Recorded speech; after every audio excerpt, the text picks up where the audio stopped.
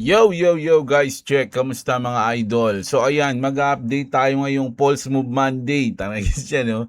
Na Pulse Move Monday, mga idol. Grabe yung volatility kanina sa market, mga lods, no? Sino mga nakasabay? Unfortunately, hindi tayo nakasabay kasi may nagasikaso ako ng mga bata eh. Mga lods, pagtingin ko, ang gulo na eh. Sabi ko, oh my goodness. So humabol na lang tayo, mga idol. Op, ano ba to? Ay, ito pala yung mga history na ng trade natin to, mga idol, no? Kanina na mali ako ng position, kakamadali ko. Imbis na maglulong ako, short yun na pindot ko. So, kinancel ko agad, mga idol. Pero ngayon, mga Lodi, nakalong tayo ngayon. Ano nga yung aking position, yun? Nakaano na naman tayo. Tawag dito? Napa-early position na naman tayo dito, mga Lodi. Pero okay lang, so far ano lang naman tayo, break even lang tayo. At ang RSI na pinosisyon na natin medyo nandito. So, may chance pa to siguro na umangat dito. I don't know. Mga Lods, titignan natin. Pero sana tama yung ating position ngayon. Mga idol, kaka-position lang natin actually. Bago tayo mag-upload, mga Lods. Kanina nagulat ako. Ito yung kahapon natin, 'di ba? Ito yung hindi ito pa. Tama, ito yung kahapon natin. Yung ating tawag dito, bear flag, no? Pang. Tapos nagkaroon ulit ng bear flag dito. So, dapat po-positionan ko to, mga idol, kaya lang nagasikaso nga ako. So, bumaba na and then wala na, tignan ko sayang, di ako nakabang. Abang na naman ako ngayon. Abang-abang tayo. Pagdating ko, ang bilis, umangat na dito. Pagtingin ko, nasa kalahati na. Sabi ko, wala na to, hindi na makakabol. Pero kung nag-short ako noon, malamang panalo pa ako. Kaya lang hindi ko na hinintay eh. Hindi ko na pala pinilit. So ang ginawa ko, hinintay ko na lang na bumaba. So pagbalik ko naman, na bumaba na, paangat na naman. So umabol na lang ako. Sabi ko, hindi ako makaposisyon na ito pagka ganito eh. So umabol tayo. So hindi ko alam kung tama yung ginawa natin. Sabi ko mag-upload na ako eh. So, ayan mga Lodi, no? Ang position natin ngayon, wala pa. Break even pa lang tayo, mga idol. Wait natin kung ano yung susunod na mangyayari dito, mga Lods, no? At mag-news na tayo muna, mga idol. Matindi mga news natin ngayon, mga Lodi, no? So, punta muna tayo sa ating geopolitical news natin. Breaking, ayan US launches a new wave of airstrikes across Iran. So tinadtad na naman po ng US ang Iran, mga idol. The United States is currently carrying out airstrikes across Iran, with the US official telling the NYT that a bigger wave of attacks is expected today than in previous days. Siguro kaya naging ganito eh, no? Kasi bigla silang nag-atakihan eh, mga idol eh. The strikes have reportedly continued for more than 2 hours, primarily targeting Khuzestan province, Iran main oil producing region. So, yung Khuzestan ay yung main pala nila nagpo-produce ng oil. Ayun yung inaatake ngayon ng US, mga idol, no. So, Daddy Trump is not playing games anymore. Mga idol, no, seryoso na si Daddy at talagang inaatake niya na 'yan. Tatapusin niya na siguro 'tong Iran. Mga idol. Hindi ko sinasabing maganda yung gagawin nila kasi syempre yung mga citizen ng Iran, hindi naman lahat gusto ng gera, mga idol. Pero sana lang talaga yung mga leader ang matarget diyan, mga idol, no? Kasi sila naman talaga yung mga power tripper diyan, mga lods. Parang Israel din, parehas lang 'yan eh. Hindi na sila humihinto ng bakbakan, mga idol. Ayaw nila ng tahimik na buhay. At nadadamay na ang global. So, hindi natin alam kung maganda ang desisyon ni Trump na tapusin to. Morally, kasi hindi natin alam, mga idol. Siyempre, may mga tao din dyan, no? Ako, ayoko rin naman na may gera. Kaya lang kasi kung hindi pa humihinto, ganun din eh. Mga idol, kung hindi babakbakan ni Trump, patuloy lang sila ng patuloy eh. 'Di ba? Hindi sila hihinto. So, maganda na ubusin ni Trump, targetin ni Trump yung mga military weapon nila para wala silang magamit, yung power source nila para wala na silang makuhaan at ganun. Mga idol, para huminto na sila, mga lods. Ganun yung ginagawa ni Trump dyan, mga idol. And then, speaking of Trump, mga idol, eto na, grabe to, mga lods. So, hindi lang crypto mga idol, naku, mukhang mag-iinit na naman yung mga Democrats pag ganito yung napapanood nila na ginagawa ng Trump family. Ayun, the Trump administration has announced the Trump mobile called T1 phone. Meron ng sariling version ng phone ang Trump administration. Trump Mobile will provide 5G service starting at $47, no? $47.45 through the three major carriers and they will release T1 phone in August. Magkano yung 47.45? Nasa 2,000, 3,000. Wala akong CoinGecko dito. 47.45 mga idol. Magkano yun? Mga nakaganon nga yun. 3,000 siguro o hindi. Mga 2,000 plus lang yun. 47.45 o 3,000 nga. 2,000 o 2,900. Ganun lang kahalaga yung cellphone. Ayun mga lods yung T1 phone ng Trump administration starting at 47.45 through the three major carriers and they will release T1 phone in August. The phone is described as a sleek gold smartphone. Hindi ko alam kung ito yung presyo ng phone ito yung sa service ng internet. No, ang mahal. The phone is described as a sleek gold smartphone engineered for performance and proudly designed and built in the United States for customers who expected the best from their mobile carrier. The Trump Mobile Customer Service team will headquartered in St. Louis, Missouri, and will be available 24/7. So ayun, magkano ba yung phone? No, ayun ba yun?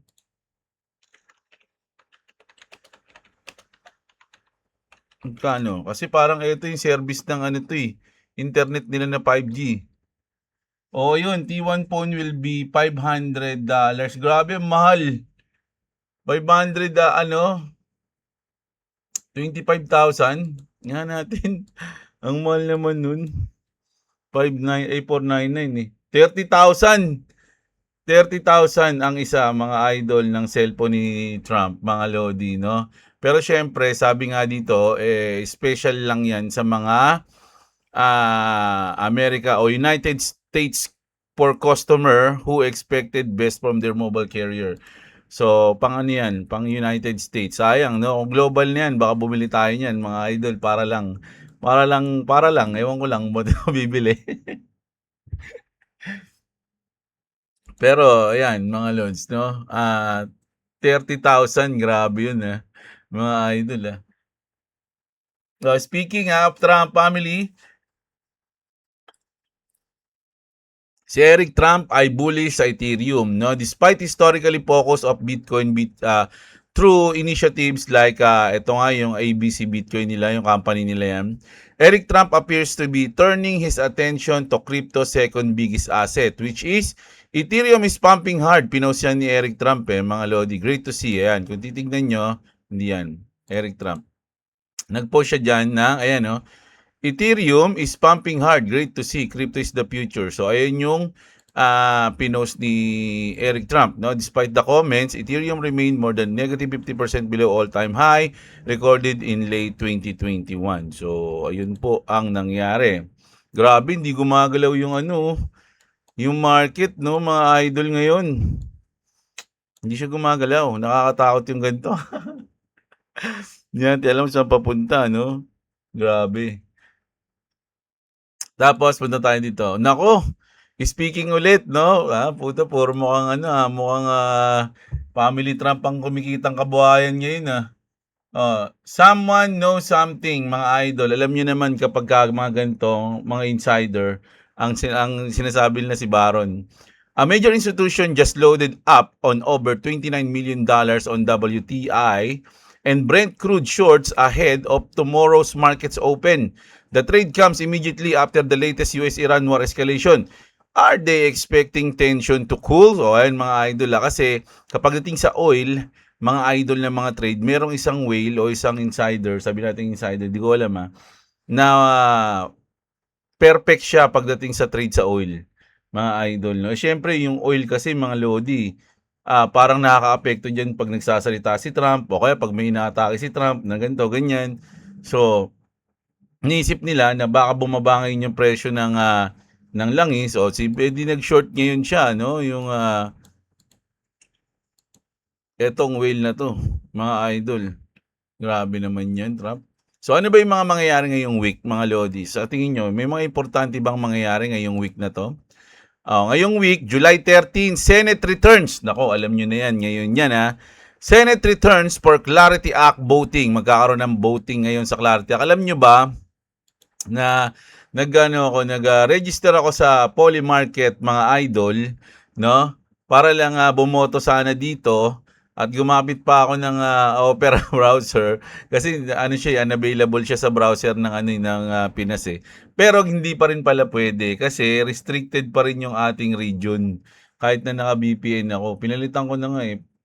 Palitan natin ng naka-America na nga ako eh. Oh. Hindi pa rin. Siguro alam pa rin nila yun, mga idol. No? So, wala. Pero ngayon kasi 46% no ang Clarity Act sign into law in 2026. So medyo negative tayo ngayon, no? Kasi umabot tayo ng 82%. O imagine niyo 82% noong February 20 na maipapasa ang ating Clarity Act ngayong taon. Biglang bumagsak siya ng nagbagsak ng 42 at bumalik ng 73. Mga idol nung May. Tas nung nag-June na, yun na, bumaba na tayo simula ng June kasi syempre bumabagsak yung market din yan eh. So bumaba, nag 39% pa, tapos bumalik ng 55%, bumaba ng 39 and then ngayon nasa 46% ang chances na may pasa ang Clarity Act ngayong 2026. So wala rin pala tong ginawa kong account sa Polymarket kasi restrict pa rin. Hindi na ikukunin ko nga dapat yung aking mga wallet eh para pupusta ako dito eh. Kaya lang wala ayaw. Restricted daw. Ayan, pag magdi-deposit, ayan, nakalagay. Hindi yan. Ano ba tayo nakalagay? Pero kanina, nakalagay is not available to your region. Ayan, nakalagay niya. Mga Lodi. Ayaw. Sa Pilipinas, tinanong ko siguro kung meron Polymarket na legal. Wala rin naman eh. Meron ako naalaman, nakalimutan ko kasi yung pangalan eh. Tinanong ko sa kay Grok eh, mga idol eh. Kaya lang wala, no? Hindi pala siya regulated. So July 15, anong meron? DTCC's new tokenization service launch date. No, importante 'yan kasi kasama diyan yung ating Ripple Prime. July 17, rare planetary alignment. Nako, the stars are aligning so it begins in 2026. So ayan yung sinabi dito, mga idol, no? At August, ano yung August 10?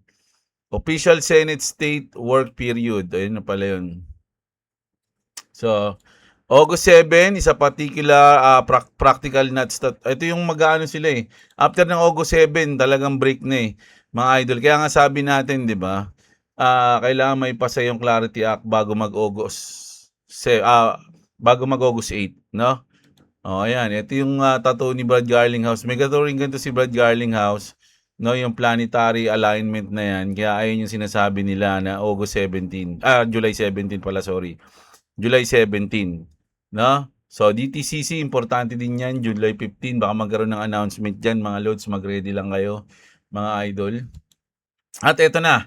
Thailand, mga idol, no? Investigating USDT for money laundering as 40% of sellers are foreigners. Alam niyo naman sa Thailand, bawal mag-transact dyan yung mga foreigner, mga idol. So, money laundering ang sinasabi dito. The Bank of Thailand and SEC found 40% USDT na naman ang may sala. Sellers of Thai performs are non-residents, no, who should not be trading. Ayun pala, hindi sila pwede mag-trade, yung mga foreigners in the country.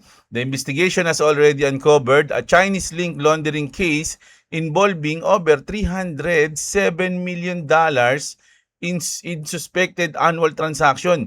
Thailand is simultaneously building its own baht-backed stablecoin per the nation. So, bumubuo sila ng sarili nilang stablecoin dyan. Kaya imbestigahan nila yung mga existing stablecoin tulad ng USDT na nagtatransact ng illegal para sa money laundering. Ayan mga loads, no?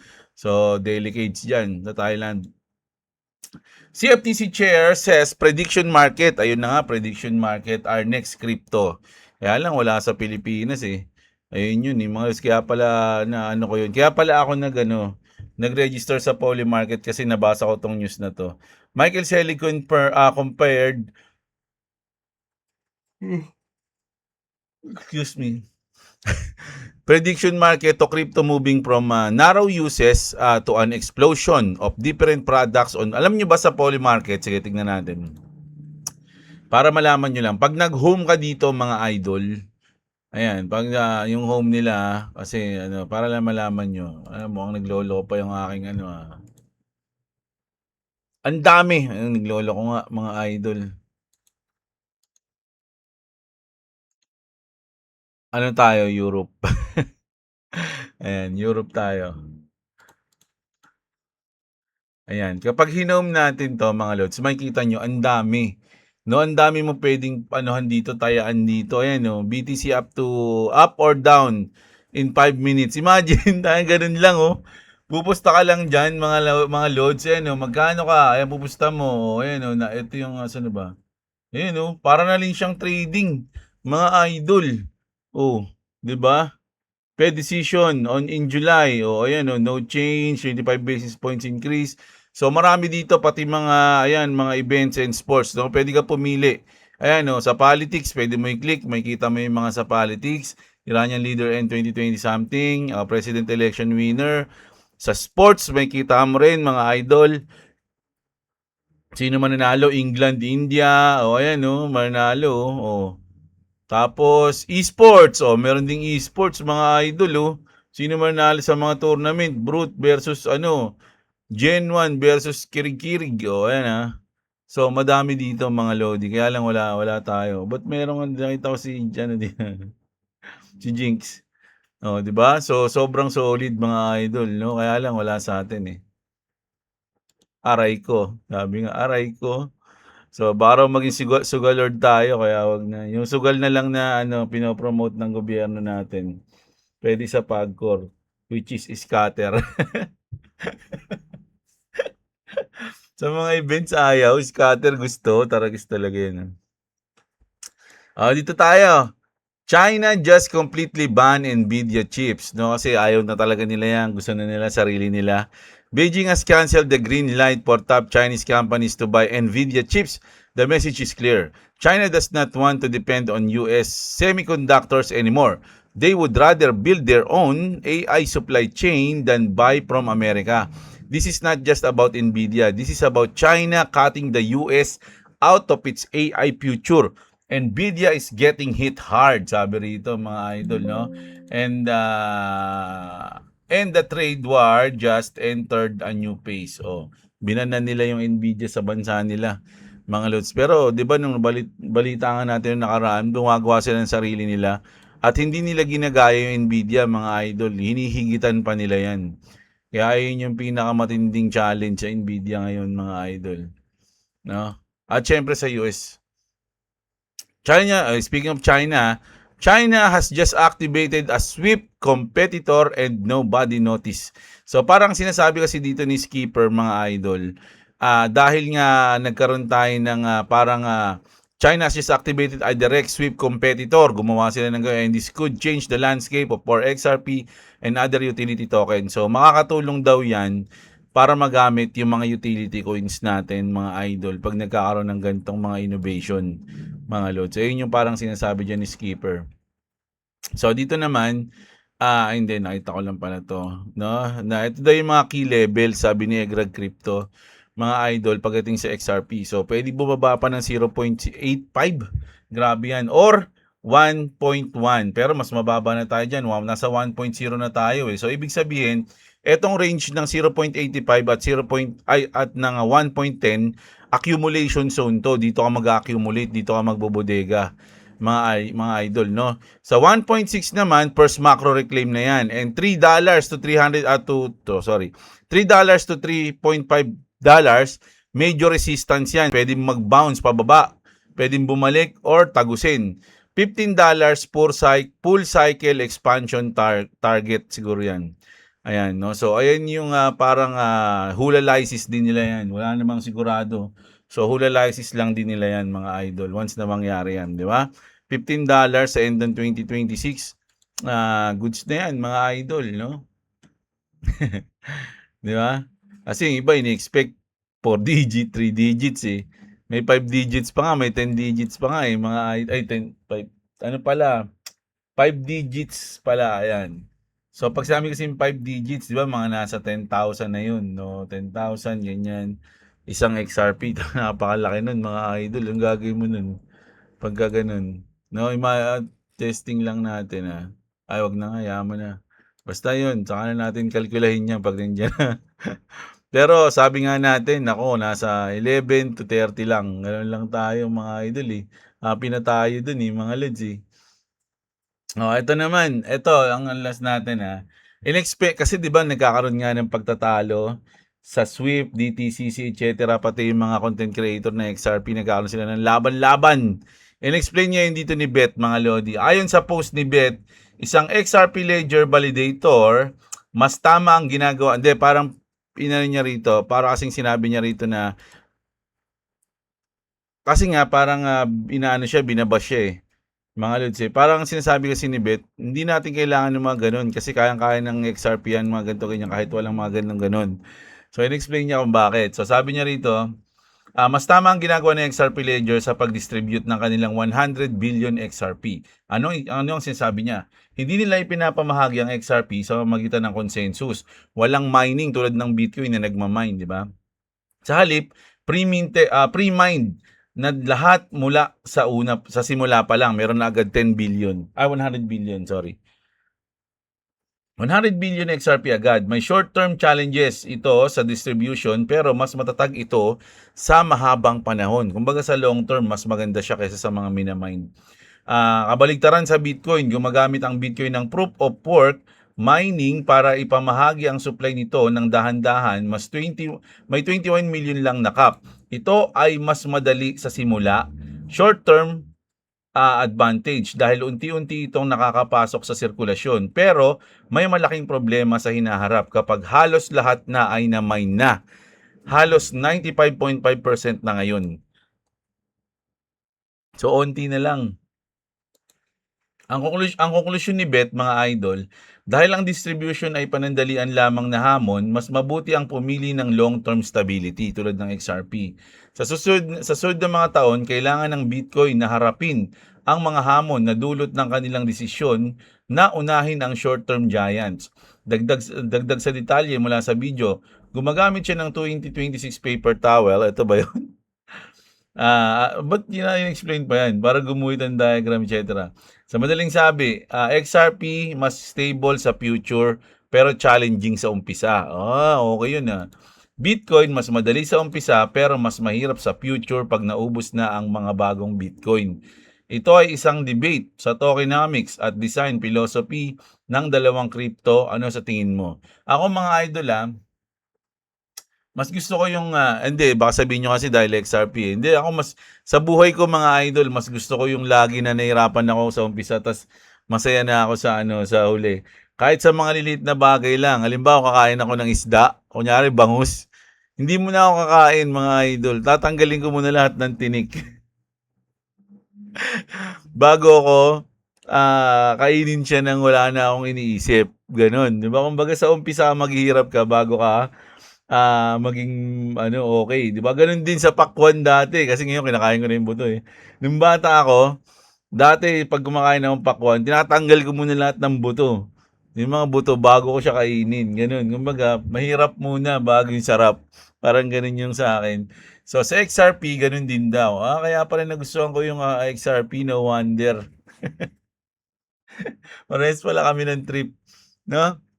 So, grabe. Grabe, mga idol, no? Kayo, ano ba sa tingin nyo, mga lodi? Kasi actually, yung mga labanan nila, medyo naiinis na nga ako mga lods. Punta ako nga sino ba pangalan nun? Nakalimutan ko na. Si Vincent, ayun. Si Vincent. Kung meron siyang comment dun sa mga nag-aaway.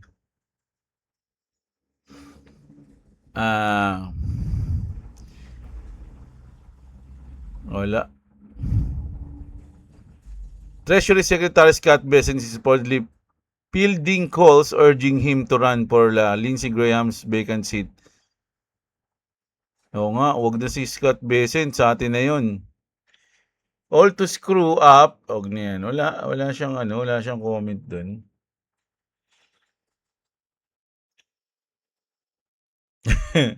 Sinabihan niyang stupid si Arthur Hayes, mga idol. Sabi dito kasi, Arthur Hayes says money will flow into crypto with or without the Clarity Act. Nobody cares about compliance. It's all about how much money you can make. Sabi din ni Bini, this dude is effing stupid. Compliance is everything. Literally determines how much value can touch the tech. So, ayun, no. Kontra siya dito kay tinawag niyang stupid, mga idol. Di ako nagsabi si Vincent, di ako Wala yung mga nag-aaway.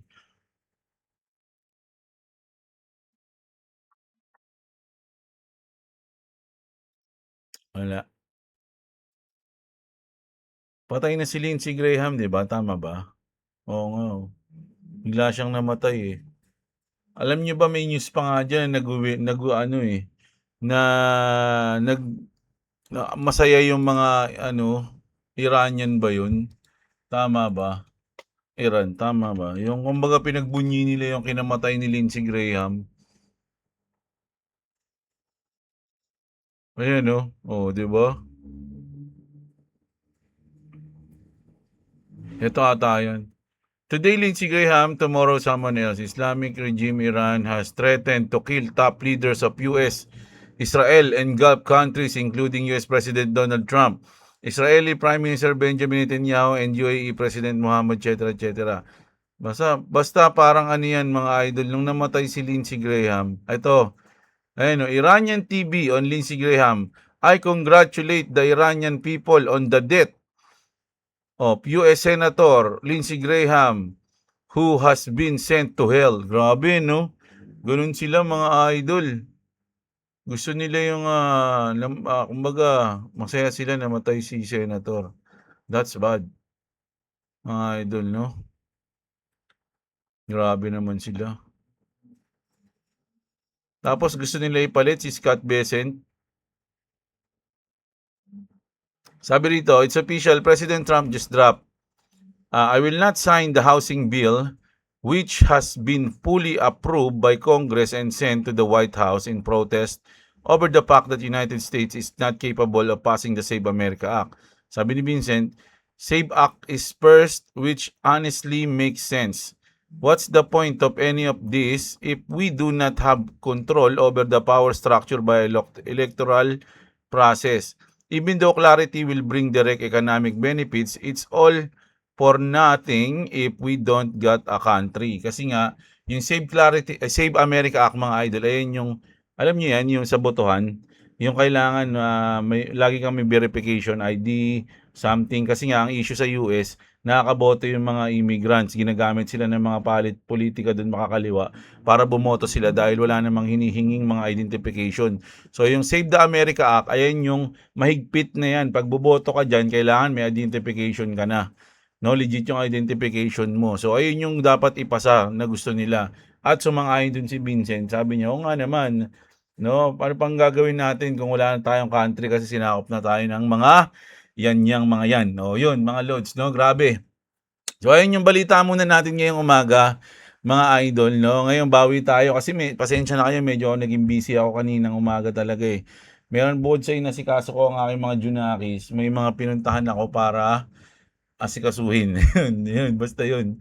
No, so ngayon, kung maiksi yung ating video, babawi ako sa inyo mamaya, mga idol. Sana kahit papano, nagustuhan niyo yung mga news natin dahil matindi ang mga mangyayari sa atin, lalo na ngayong July 13, babalik ang Senate, no, para magbotohan sa Clarity Act, mga idol, at yung July 15 at 17 is magiging malupit sa ating mga susunod na araw, mga idol. So ayun ang ating balita ngayong umaga, mga idol. Maraming salamat sa mga nanonood. Sana nagustuhan nyo, subscribe kayo sa channel natin. Like nyo yung video, mga idol. Click nyo yung notification bell. Sa mga wala pang crypto exchange dyan, check nyo yung link dyan sa description natin. Lahat, mga lods, makatulong sa inyo yan. VPN, kung bibili kayo ng cold wallet, nandyan din. So ayun lang. Kita-kits tayo, mga idol. Maraming salamat sa mga nanonood. Magandang araw sa inyo, mga kapatid. At what's up mga idol?